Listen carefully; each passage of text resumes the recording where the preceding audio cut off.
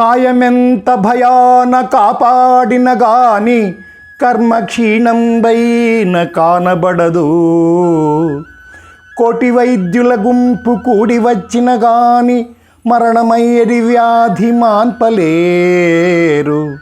విత్తమార్జన చేసి విర్రవీగుటెగాని కూడబెట్టిన సొమ్ము తోడరాదు.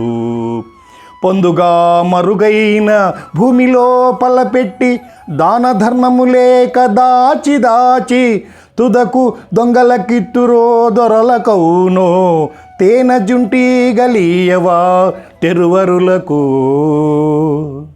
భూషణ వికాస శ్రీధర్మపుర నివాస దుష్ట సంహార నరసింహ దురిత దూరా.